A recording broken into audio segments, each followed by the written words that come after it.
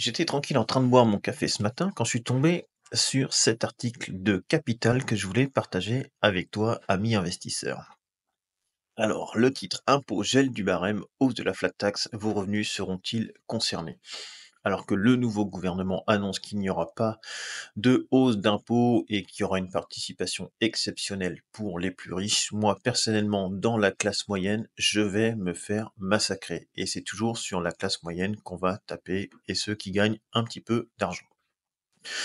Alors, qu'est-ce qu'ils veulent faire? Le gouvernement entend imposer plus fortement les contribuables les plus aisés pour résorber le déficit public. Une hausse de la flat tax et un gel des tranches supérieures du barème de l'impôt seraient à l'étude. Alors, hausse de la flat tax, je pense que tout le monde est concerné à partir du moment où la plupart des gens choisissent ce mode d'impôt pour leurs dividendes, par exemple. Ce qui va se passer, c'est qu'ils augmentent peut-être de 3%, ça va passer de 30 à 33%. Je pense que la plupart des gens, dont moi, par facilité de déclaration pour leurs impôts, optent pour la flat tax. Donc là, on va se manger un 3%. Moi, je suis pas riche du tout, je galère à finir mes fins de mois. Je pense, comme vous, on fait partie de la même, enfin tous ceux qui me suivent, on fait partie plus ou moins de la même, tranche, fiscale, je pense. Puisque les plus riches sont déjà partis et les plus pauvres, malheureusement, ils ont autre chose à faire de voir que de voir comment ils peuvent gagner, 2-3 € en bourse.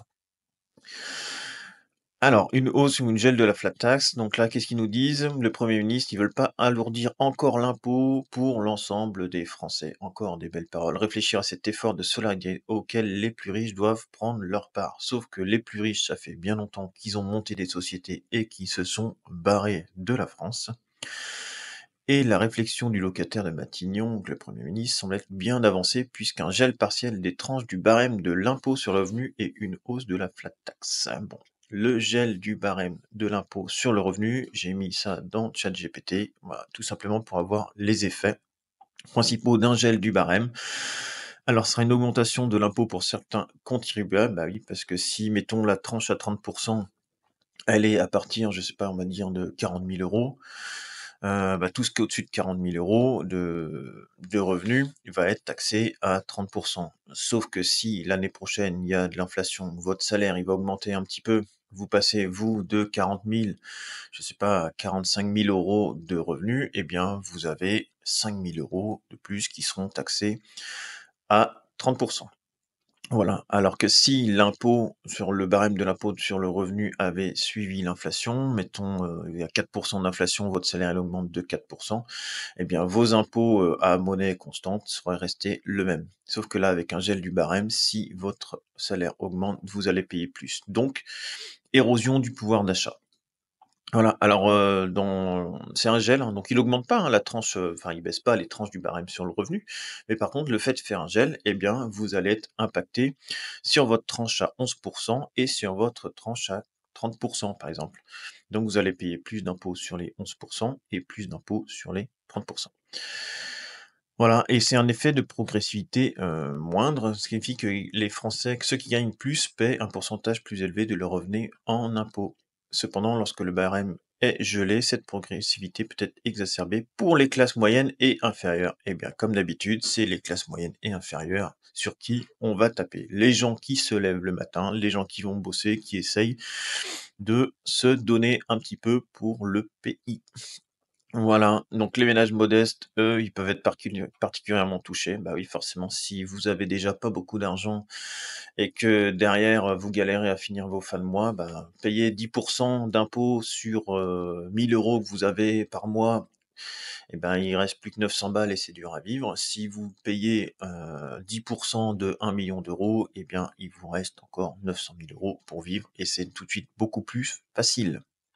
Et les classes moyennes, également affectées, car elles peuvent basculer dans des tranches d'imposition plus élevées, alors que le pouvoir d'achat réel n'a pas augmenté. Et pour les contribuables les plus aisés, ils sont moins touchés par le gel du barème, car leurs revenus sont déjà dans les tranches les plus élevées, mais c'est surtout qu'ils investissent au travers de sociétés pour la plupart, et qu'ils se sont barrés. Voilà. Donc en gros, ce qui va se passer, c'est comme d'habitude, avec des gens qui nous mettent de plus de 70 balais au gouvernement, c'est que rien ne va changer. Dans aucun article que j'ai vu, Il parle d'économie. Ça veut dire que si vous dépensez 3 000 € et que vous en gagnez 2 000, et ben forcément, il y a moins 1 000 € quelque part. Et si vous voulez rééquilibrer votre budget, mais ça c'est du calcul de CP, hein, vous équilibrez les dépenses et les recettes. Sauf que là, bah, vous créez beaucoup plus de dépenses que ce que vous avez de recettes. Et pour, diminuer, il y a 2 solutions, hein. Soit vous augmentez, vos recettes, mais en mettant de l'impôt, sauf que là, bah, au bout d'un moment, à force de mettre de l'impôt, bah, ce qui se passe, c'est que les gens, ils veulent plus bosser et je le comprends très bien. C'est-à-dire qu'un artisan qui va gagner, je sais pas moi, mettons, 3 000 €.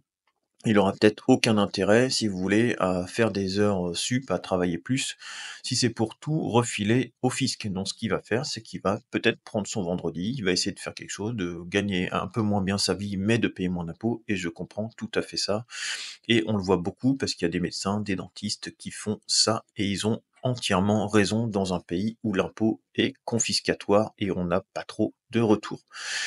Voilà. Je veux pas rentrer dans la polémique, de qui prend quoi, où va l'argent, voilà. Ce qui est sûr, c'est qu'il est mal dépensé et que là, on a encore un gouvernement de pantins qui va, augmenter les impôts parce qu'on sait faire que ça depuis 40 ans. On a un ministre d'économie qui nous ont mis le gars, il a 34 ans, il sort de l'école, il connaît absolument rien à l'économie. Limite, c'est son premier boulot, voilà. Alors, c'est quoi, toi, ton premier travail? Alors, bah, il y en a qui ont fait les maïs, pour se payer, le maïs l'été pour se payer, leurs petites économies pour partir en vacances. Il y en a qui ont fait, du travail à la chaîne, il y en a qui sont rentrés dans des boulots et puis qui sont montés tranquillement. Bah, lui, son premier boulot, ce sera quoi? Bah, ce sera ministre de l'économie pour un mec qui ne connaît rien à la vie. Voilà. Et bien, avec ça, on va être bien. On avait Bruno Le Maire, incompétent, qui savait que rédiger des bouquins et qui a créé un déficit. Maintenant, on a un mec de 34 ans et je suis sûr que dans quelques années, on va voir et que le pays sera encore dans une situation plus catastrophique et que tu vas payer encore plus d'impôts. Voilà. Donc c'est mon petit coup de gueule du matin. Je suis pas très content de ce gouvernement parce qu'une fois de plus, ce qu'on nous met, c'est la même caste là, des vieux machins ou des potes d'Emmanuel Macron. Enfin voilà, c'est exactement la même chienlit que ce qu'il y avait avant.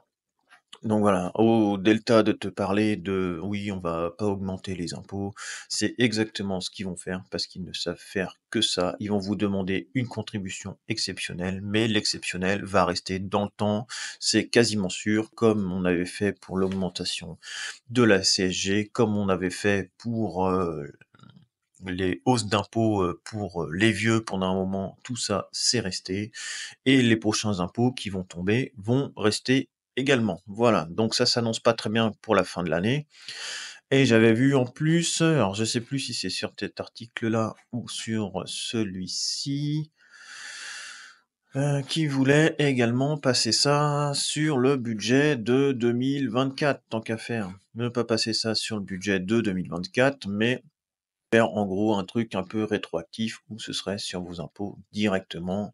Comme ça, c'est encore mieux. Ça permet de tout de suite taxer les gens sans qu'on ait rien vu venir. Voilà. Donc avec un gouvernement de pantins comme ça, on n'est pas prêt de s'en sortir. Moi, je vous souhaite à tous un bon courage. En tout cas, moi, je vais continuer à investir parce que je veux m'en sortir et on trouvera des solutions pour s'en sortir. Voilà, je vous souhaite à tous un bon week-end et profitez bien du beau temps.